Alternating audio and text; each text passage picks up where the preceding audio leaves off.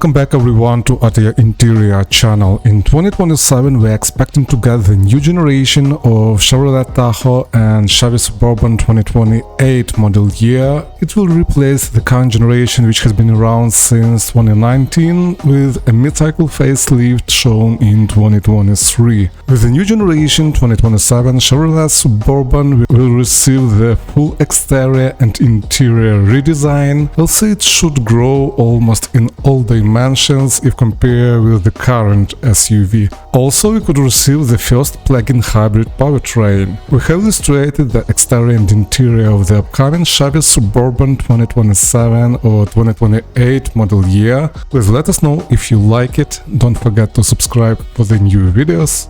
See you next time.